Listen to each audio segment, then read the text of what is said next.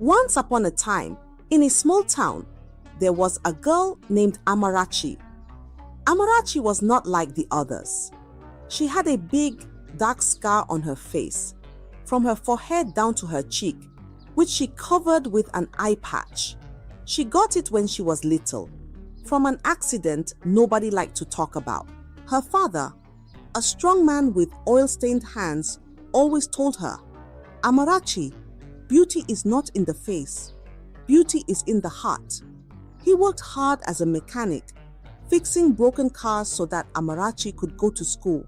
But at school, nobody cared about beauty inside the heart. The children laughed at her. They pointed at her face. They whispered behind her back.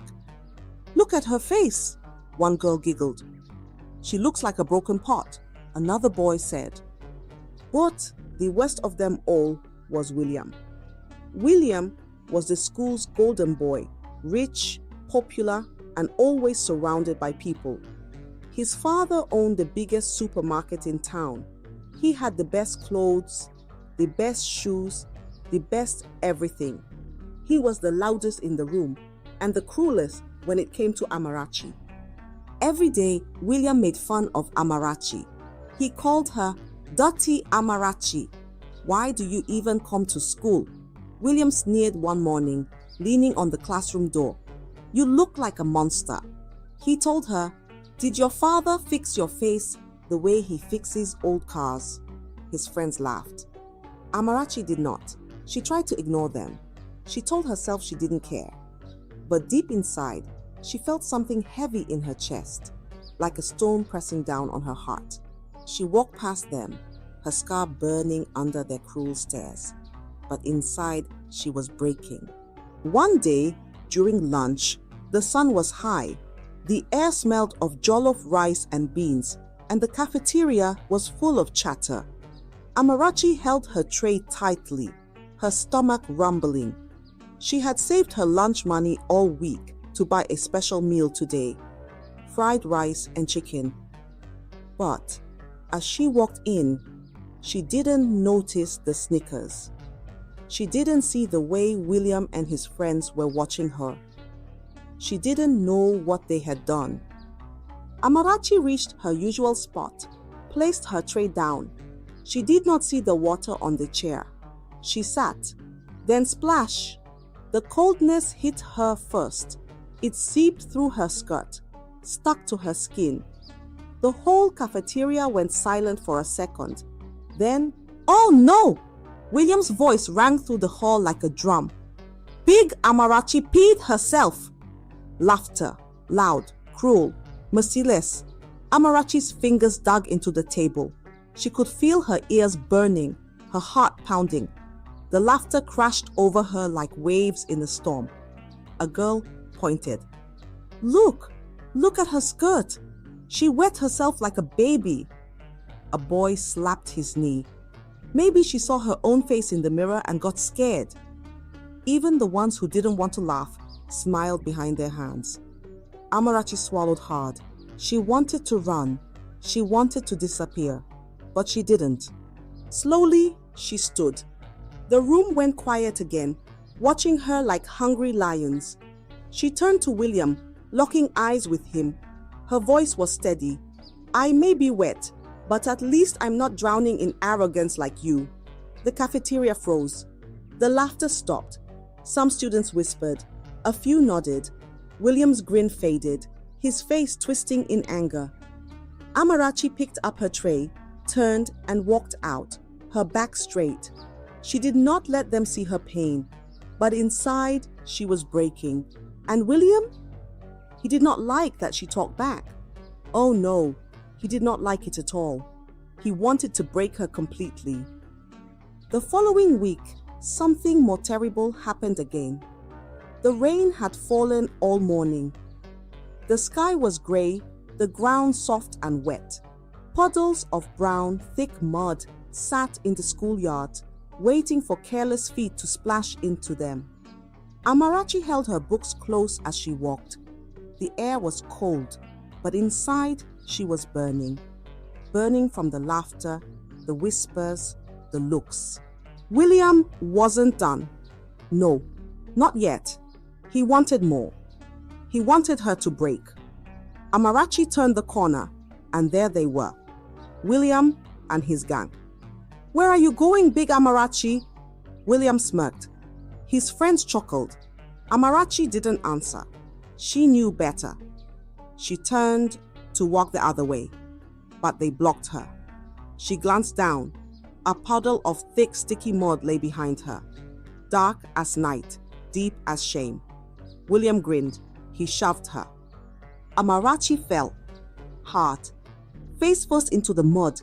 Laughter exploded. William clapped. "Now your ugly face matches the ground." His friends howled. Their voices filled the sky like crows cawing over something dead. Amarachi sat up slowly. Mud dripped from her hair, from her clothes, from her face. Her heart pounded.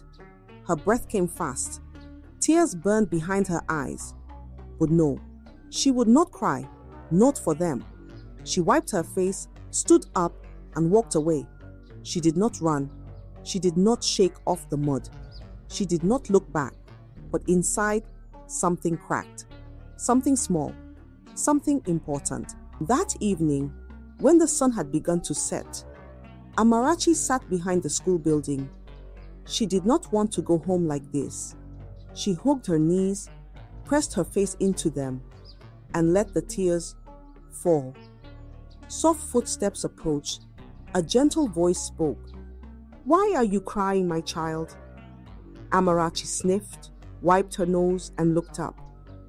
It was Mrs. Ella, the school cleaner. She was old, with silver hair wrapped in a scarf. Her hands were rough from years of scrubbing floors, but her eyes were warm. Amarachi hesitated. Then she whispered, "It's William. He won't stop bullying me. He says my scar makes me ugly." Mrs. Ella suspiró. She put down her mop, reached into her bag, and pulled out a small jar. She pressed it into Amarachi's hands. Amarachi frowned. "What is it?" "An ointment," Mrs. Ella whispered. Amarachi traced the lid with her fingers. "Will it make my scar go away?" Mrs. Ella smiled, but there was something strange in her eyes. "Rub this on your scar every night," she said softly. Then she leaned in closer, her voice like the wind before a storm. "And when someone insults you again, just say thank you. They will face the consequences." Amarachi frowned. What kind of advice was that? Say thank you? How would that stop William? She wanted to ask, but Mrs. Ella was already picking up her mop. Amarachi looked at the jar in her hands. It smelled of herbs. It smelled strange. But she was tired. Tired of being laughed at. Tired of the pain. Tired of the scar that made her different. So she nodded. She would try. Maybe, just maybe, this would help. She slipped it into her pocket and walked home, her heart heavy with questions. That night, Amarachi sat on her small wooden bed, staring at the jar in her hands. The room was dark except for the faint light from the moon slipping through the window. She unscrewed the lid. Sniff! The smell was strong, like crushed leaves and something bitter. It tickled her nose, made her eyes water a little. Amarachi hesitated. Was this even real? Would this really change anything? But she had nothing to lose. Slowly, she dipped her finger into the ointment and rubbed it on her scar. The coolness spread across her skin. It tingled like tiny ants running over her face. She sighed, placed the jar under her pillow, and lay down. Tomorrow would be another battle. The next morning, Amarachi walked into school. She could already hear the whispers. She knew the moment William saw her, his mouth would open. And there he was, leaning against the classroom door, arms crossed, that wicked smile stretching across his face. His friends were behind him, waiting, grinning. "Hey, Big Amarachi, has your face melted off yet?" he sneered. "That scar makes you look like a witch." The laughter was ready. The insults were waiting. But Amarachi did not frown. She did not lower her head. She smiled. Then she looked William in the eye and said, "Thank you." Silence. His grin wavered. "What?" Amarachi shrugged. "I said thank you." Then she turned and walked past him, calm, unshaken. The laughter did not come. The whispers did not follow. William stood there, watching her, his face puzzled. Something about the way she said it, something about her calmness. It did not sit right with him. His fingers twitched. His chest felt tight. But he shook it off. He would deal with her later. School closed that day, and everyone went home. But the next morning, something strange happened. That morning, when school started, William's seat was empty. At first, nobody paid attention. Maybe he had overslept. Maybe he was running late. But by break time, his friends started whispering, "Where's William? Maybe he's sick." He never misses school. The teachers noticed too. William was always present, loud, active, causing trouble. But today, he was nowhere to be seen. By the second day, students were asking questions. "Have you seen William? Is he traveling? Did something happen?" The teacher sent a note home. No response. By the third day, the principal was worried. He called a meeting and sent a staff member to check on William at his house. When they got to his house, what they found shocked everyone. William was bedridden, his body weak, his voice completely gone.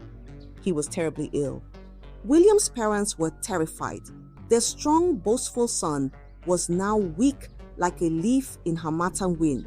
He could not stand. He could not eat. He could not even speak. His once bright face was swollen, his lips dry and cracked like old firewood. His mother cried. His father paced up and down the room. "This is not ordinary," his mother wailed.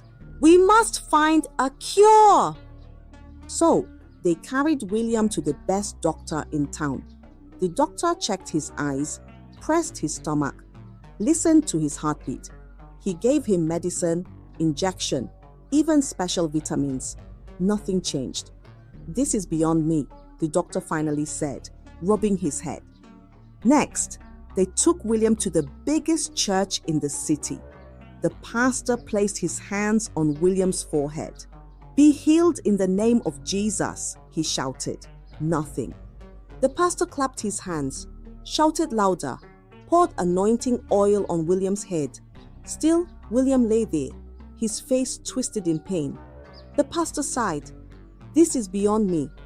The family did not stop. They went to a famous Islamic cleric.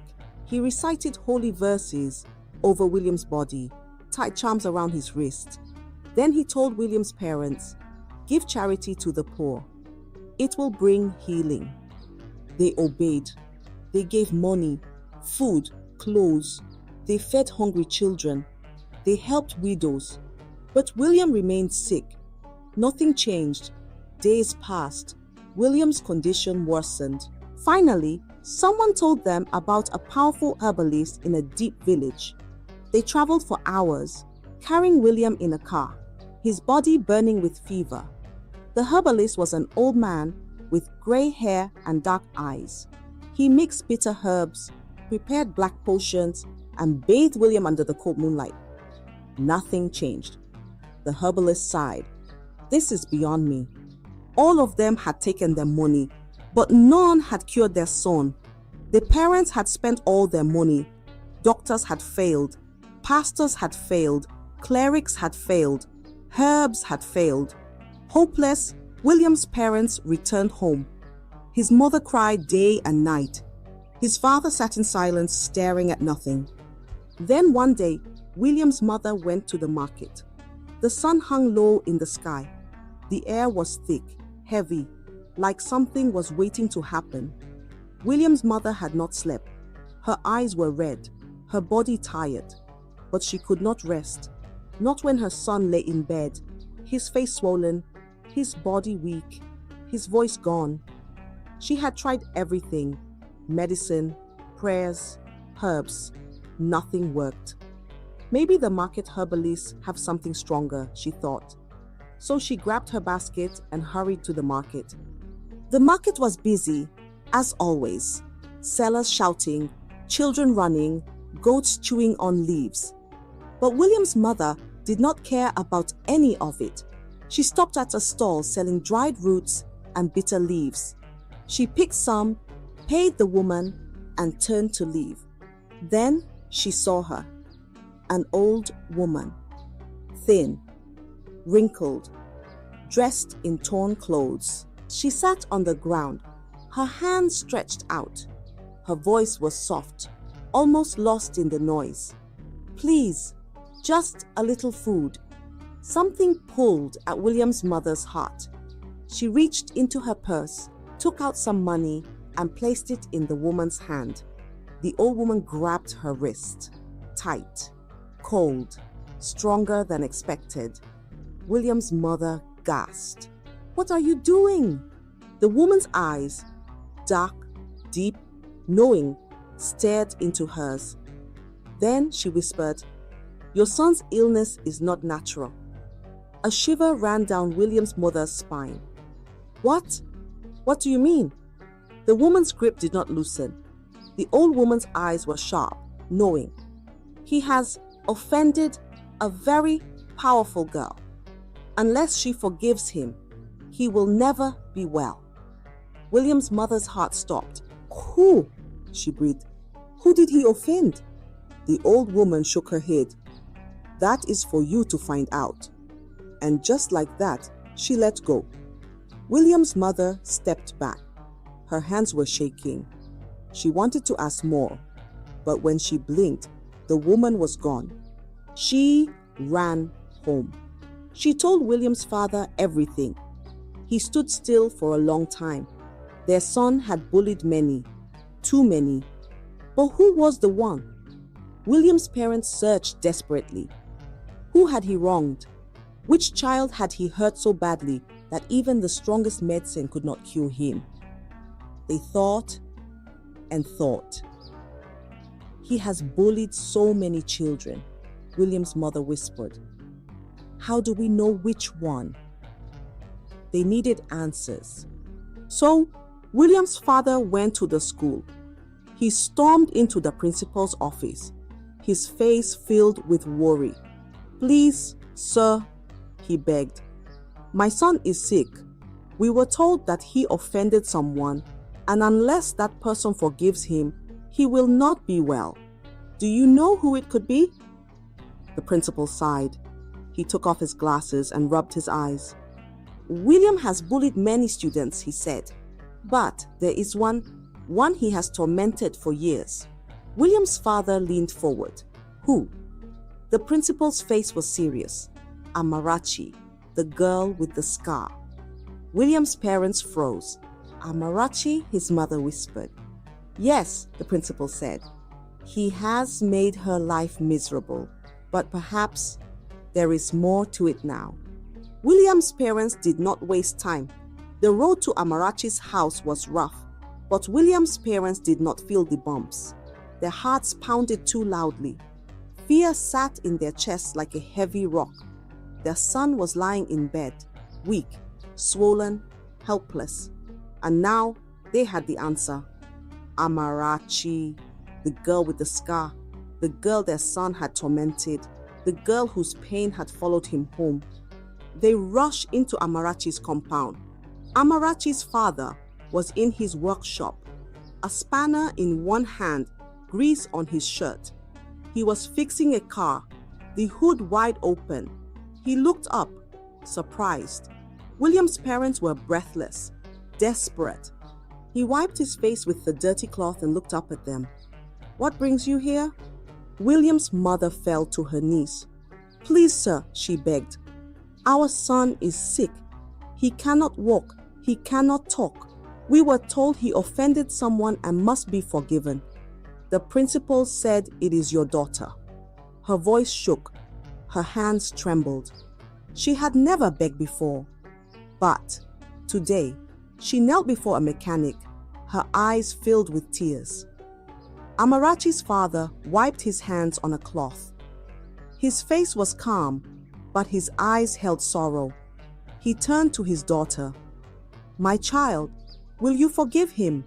Amarachi stood at the doorway, arms crossed, shoulders stiff. Her heart was torn. This was the boy who had called her a monster. This was the boy who had laughed at her pain. This was the boy who had pushed her into the mud. And now he lay in bed, helpless. Amarachi took a deep breath. "I didn't do anything to him. I don't know what you're talking about." Her father sighed. He walked to her slowly, placed his hands on her shoulders, and looked into her eyes. "Amarachi, my child, no one deserves to suffer like this, even your worst enemy." His voice was soft, the way the wind whispers before the rain. "Please, forgive him." Amarachi looked at her father, the man who had taught her kindness, even when the world was cruel. She looked at William's parents, the people who once thought their son was untouchable. Now they were on their knees. She exhaled, long and slow. Then, finally she spoke. "I will forgive him, but on one condition."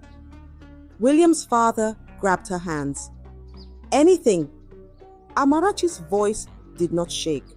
"William must leave the school, and he must never bully anyone again." His parents nodded quickly. "We agree. He will leave." William's mother reached for Amarachi's hand. "We will also pay for your school until you finish university." Amarachi hesitated. Then she nodded. She closed her eyes, took a deep breath, and whispered the words, "I forgive you, William." That night, William lay in his bed, weak and helpless. His parents watched over him, praying, hoping, waiting. The house was quiet. The air was heavy. Then, as the first light of dawn touched the sky, William opened his eyes. His mother gasped. "William?" His father rushed to his side. "My son, say something." William licked his dry lips. He swallowed. Then, "Mama," his mother burst into tears. His father grabbed his hands. "You are healed." His voice had returned. His strength slowly came back. He could sit up. He could move. By the second day, he could walk. By the third day, he could eat. By the fourth day, it was as if he had never been sick. His parents did not waste time. They pulled him out of school immediately. "You will never go back there," his father said. "You will never hurt another person again." William did not argue. He had changed. He had seen what suffering felt like. He never bullied anyone again. At school, something had changed. People whispered, but not about Amarachi's scar. They whispered about her. They watched her from the corners of their eyes, their faces filled with something new, respect. No one laughed at her anymore. No one pointed fingers. Amarachi was no longer just a girl with a scar. She was a girl with power, not just in school, but in the whole town. She had once been the girl people laughed at. Now, she was the girl no one dared to look down on. I hope you enjoyed the story. If so, please like the video, comment what you learned from the tale, and don't forget to subscribe to the channel for more enchanting tales just like this one. Thank you.